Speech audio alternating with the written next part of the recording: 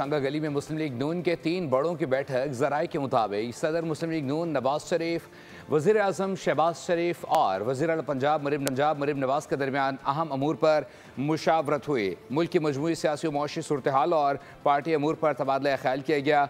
नून league के ज़राए का कहना है कि मुल्क से करप्शन के खात्मे के लिए उठाए गए हालिया इकदाम के नताइज पर भी बातचीत हुई है। मज़ीद तफसीलात जान लेते नुमाइंदा बोल न्यूज़ अफजाल अब्बासी से। अफजाल बताइएगा।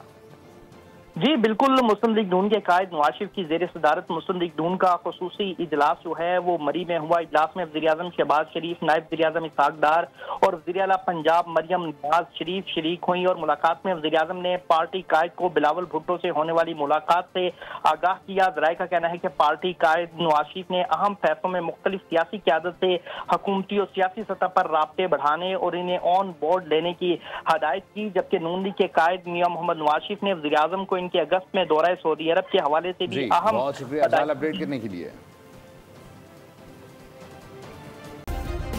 सब्सक्राइब करें और बेल दबाएं ताकि कोई खबर रह न जाए।